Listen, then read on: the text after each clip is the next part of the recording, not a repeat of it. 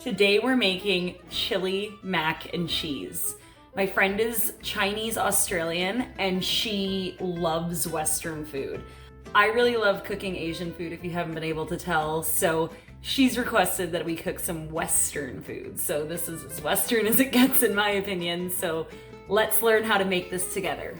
In my Dutch oven, I'm gonna saute up about 1 pound of ground beef. Now we'll saute some veg. I have a whole onion that's been chopped up, an orange bell pepper,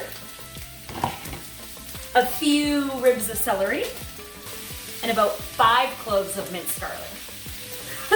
Start seasoning some things. So we're gonna put in a fair bit of black pepper to the point where I'm actually gonna take this lid off, so probably about a tablespoon's worth. About a teaspoon's worth of salt, because we are gonna have some chicken broth in here, which does have some sodium in it. Tablespoon's worth of cumin. About a tablespoon's worth of chili powder. Everybody dance now. I just resigned from my job that I've had for 13 years. It may have been a crazy mistake, or it may have been the best thing that ever happened to me. We'll see. Maybe this can be my new thing. Follow along. Subscribe and share to help me. Once this has gone for a little bit and your onions have started to soften up, we're gonna add our tomatoes. Typically, I would just use canned tomatoes, but I got a really great deal on these fresh tomatoes that are starting to go bad. So that is the equivalent of maybe a can's worth of tomatoes. And we're gonna do another can of diced tomatoes with all of the juices. We're gonna add a can of kidney beans in and a can of black beans. You can do whatever beans you like. These are just what I had in my cupboard. That is getting full. I underestimated how big this was gonna be. Oh my God, I have made so much food. This is a bulk meal. Oh my gosh, this is gonna feed my family for a while and I'm gonna be able to freeze it, which is amazing. We are gonna let this simmer for a while to marinate, only because I have time. You can do the macaroni in this now. I made way too much chili, so we're actually going to transfer half of this chili into the freezer for future meals and half for this recipe. So I removed half of the chili for future uses. Now we're gonna add the mac to the chili mac and cheese. It's gonna be 4 cups of water.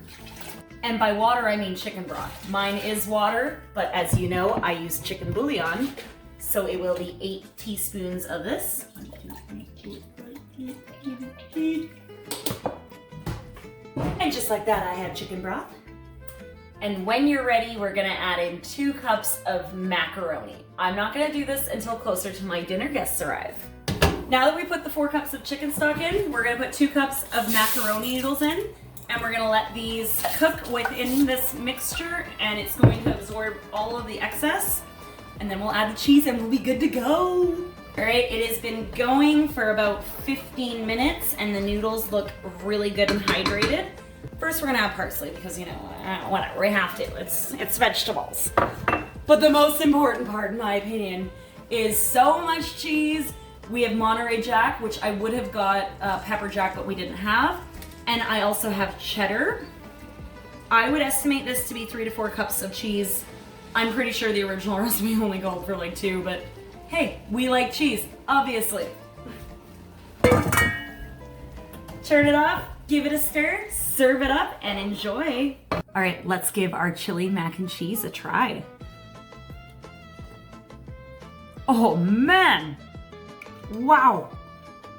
That is so flavorful. I don't know if I could ever eat mac and cheese or chili the same. They go so well together. You get the acidicness from the chili, but you get the cheesy and creaminess from the mac and cheese.